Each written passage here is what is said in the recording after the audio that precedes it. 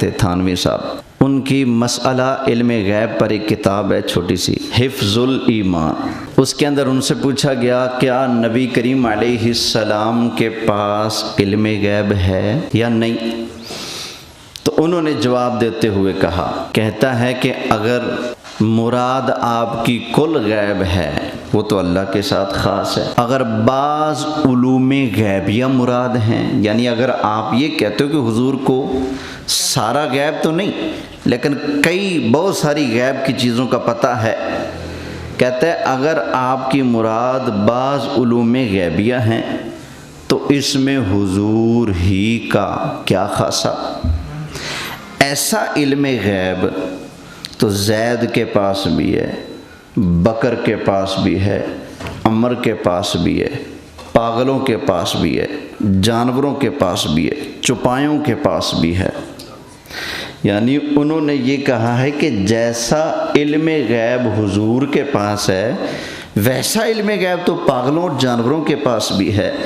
اب بتاؤ، جو بندہ یہ کہتا ہے کہ جیسا علم غیب کا حضور کے پاس ہے ویسا جانوروں پاگلوں کے پاس بھی ہے، کیا اس بندے نے میرے مصطفیٰ کریم علیہ السلام کی شان کو سمجھا ہے؟ بولیے، کیا آپ کا دل مانتا ہے کہ ہمارے لجپال کو اللہ نے جو غیب کے خزانے عطا فرمائے ہیں وہ اتنا کیا جتنا پاگلوں کے پاس ہوتا ہے؟ کیا کسی پاگل کا، چوپائے کا، جانور کا غیبی علم میرے مصطفیٰ کریم علیہ السلام کے برابر ہو سکتا ہے؟ بولیے نہیں۔ اب میرے مصطفیٰ کریم علیہ السلام کا علم کتنا ہے؟ سبحان اللہ۔ ترمذی شریف کے اندر حدیث موجود ہے، نبی کریم علیہ السلام نے ارشاد فرمایا، اللہ تعالیٰ کے اس محبوب علیہ السلام نے ارشاد فرمایا جو اپنی مرضی سے بولتے نہیں، جن کی شان ہے وَالنَّجْمِ إِذَا هَوَى مَا ضَلَّ صَاحِبُكُمْ وَمَا غَوَى وَمَا يَنطِقُ عَنِ الْهَوَىٰ إِنْ هُوَ إِلَّا وَحْيٌ یوحیٰ۔ نبی کریم علیہ السلام نے ارشاد فرمایا، ایک دن اللہ تعالیٰ نے میں مصطفیٰ کریم علیہ السلام پر خصوصی کرم فرمایا، مجھ پر اللہ تعالیٰ نے خصوصی فضل فرمایا۔ پھر کیا ہوا؟ نبی کریم علیہ السلام نے ارشاد فرمایا، فَتَجَلَّى لِي كُلُّ شَيْءٍ فَعَرَفْتُ، فرمایا کائنات کی ہر شے میں مصطفیٰ کے سامنے روشن ہو گئی، اور میں مصطفیٰ نے کائنات کی ہر چیز کو جان بھی لیا، پہچان بھی لیا۔ کتنی چیزوں کو؟ بولیے، ہر چیزوں کو۔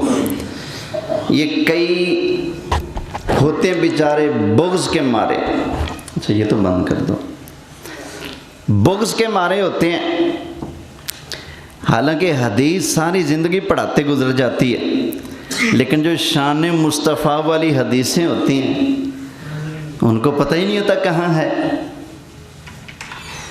اب کئی کہیں گے جی یہ اپنی طرف سے سنا دی ہے، ترمذی شریف میں ہے ہی نہیں، تو میں کہوں گا ترمذی شریف اٹھاؤ، کتاب التفسیر اٹھاؤ، کتاب التفسیر میں امام ترمذی نے سورہ صاد کی تفسیر کرتے ہوئے یہ حدیث نقل فرمائی ہے، نبی کریم علیہ السلام نے فرمایا فَتَجَلَّى لِي كُلُّ شَيْءٍ، کائنات کی ہر شے میں مصطفیٰ کے سامنے واضح ہے، فَعَرَفْتُ، اور میں نے ہر چیز کو جان بھی لیا، پہچان بھی لیا۔ یہ دیکھیں نا، بعض اوقات چیزیں آپ کے سامنے ہوتی ہیں لیکن آپ جانتے پہچانتے۔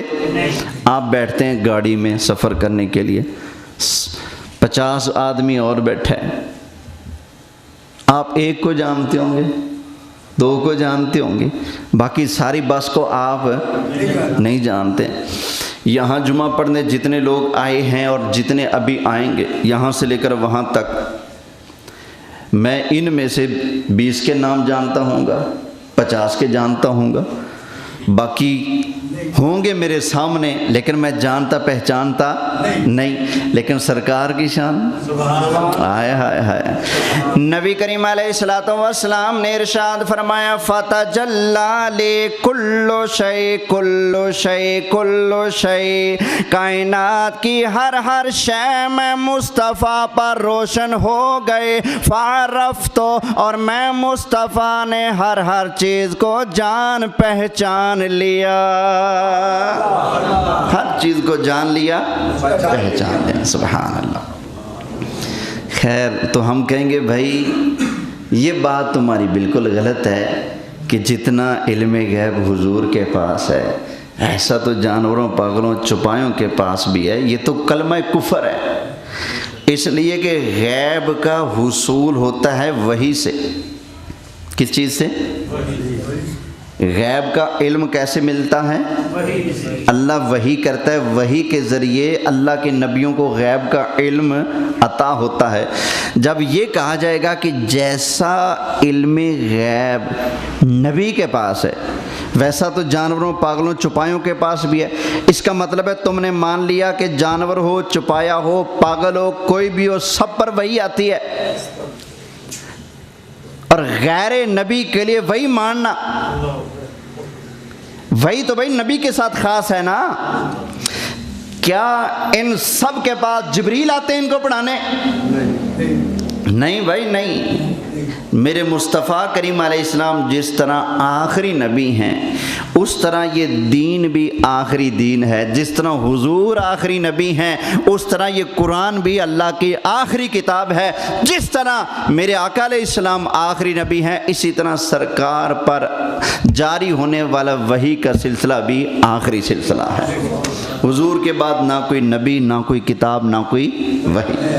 والذین یؤمنون بما انزل الیک وما انزل من قبلک وبالآخرۃ ہم یوقنون، ایمان والے وہ ہیں جو اس وحی پر ایمان رکھتے ہیں جو اللہ نے آپ پر اتاری، اور اس پر ایمان رکھتے ہیں جو اللہ نے آپ سے پہلے اتاری ہے۔ وبالآخرۃ ہم یوقنون، اور آخرت پر بھی ایمان رکھتے ہیں۔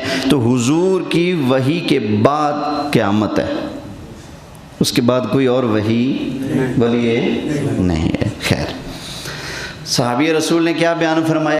کوثر کا معنی کیا ہے؟ هو الخیر الکثیر کلہ، اللہ نے حضور کو ہر کمال ہر خیر بڑی کثرت سے عطا فرما دیا ہے۔ ہر کمال، ہر خوبی، ہر خیر، هو الخیر الکثیر کلہ، ہر بھلائی، وہ بھی تھوڑی تھوڑی نہیں، بڑی کثرت کے ساتھ اللہ نے مصطفیٰ پیارے کو عطا فرما دی ہے۔ مطلب یہ بنا کہ اللہ نے حضور کو علم دیا تو تھوڑا نہیں، بہت زیادہ عطا فرمایا۔ اللہ نے محبوب کریم علیہ السلام کو حسن دیا تو تھوڑا نہیں، حسن بے مثال عطا فرمایا۔ اللہ نے شجاعت دی، تھوڑی نہیں، بڑی کثرت سے بڑی شجاعت عطا فرمائی۔ اللہ نے حلم دیا، تھوڑا نہیں، بہت زیادہ۔ اللہ نے حوصلہ دیا، تھوڑا نہیں، بہت زیادہ۔ خلق عظیم کا وصف دیا، تھوڑا نہیں، بڑا زیادہ۔ یعنی کہ گفتار کی، کردار کی، جاہ و جمال کی، حسن و جمال کی جو بھی خیر ہے، جو بھی خوبی ہے، اللہ نے ہر خیر، ہر خوبی، ہر کمال اپنے محبوب کو بڑی کثرت سے عطا فرمایا ہے۔ اور اس صحابی رسول کے فرمان پر ایمان لانے کا حق سنی ہی ادا کرتے ہیں۔ سبحان اللہ، سنی ہی یہ عقیدہ رکھتا ہے کہ اللہ نے ہر کمال مصطفیٰ کو ایسے دیا ہے کہ کوئی اس کی مثل نہیں۔ حضور ہر لحاظ سے بے مثل، ہر لحاظ سے بے مثال، کوئی جیسے کل کائنات میں اللہ کے جوڑ کا نہیں، ایسے اللہ کے علاوہ باقی جتنی مخلوق ہے ان میں میرے مصطفیٰ کے جوڑ کا کوئی نہیں۔ ہمارے اعلیٰ حضرت امام اہل سنت، امام عشق و محبت نے بات ہی ختم کر دی۔ سب سے اعلیٰ اعلیٰ ہمارا نبی سب سے بالا ہمارا نبی سب سے بالا والا ہمارا نبی سارے اونچوں سے اونچا سمجھیے جسے سارے اونچوں سے اونچا سمجھیے جسے ہے اس اونچے سے اونچا ہمارا نبی ہے اس اونچے سے اونچا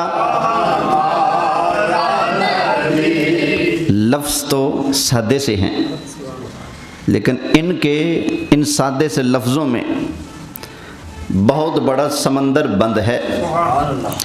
امام اہل سنت فرما رہے ہیں دنیا والوں، ہر کوئی بندہ کسی نہ کسی کو ہیرو سمجھتا ہے۔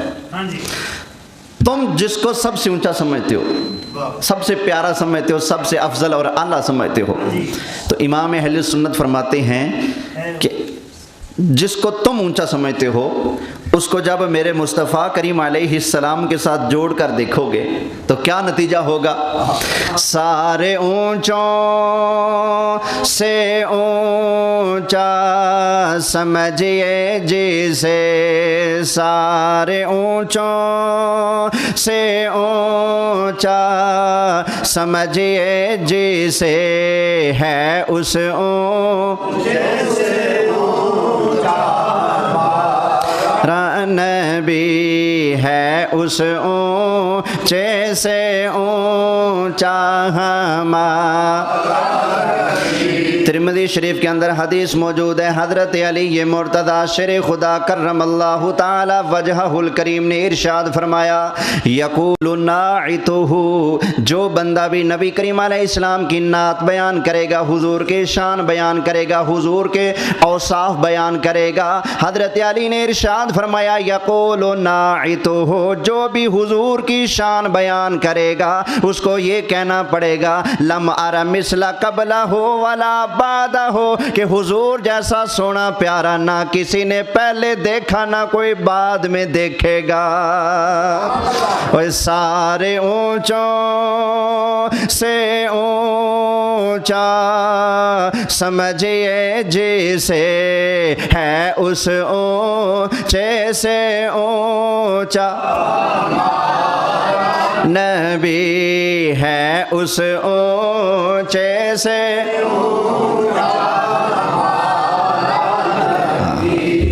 توجہ ہے جی۔ تو اللہ فرماتا ہے ہم نے آپ کو کوثر دے دیا۔ صحابی فرماتے ہیں کوثر کا معنی یہ ہے کہ اللہ نے ہر خیر حضور کو بڑی کثرت سے عطا فرما دی ہے۔ انا اعطیناک الکوثر، ساری کثرت پاتے یہ ہیں۔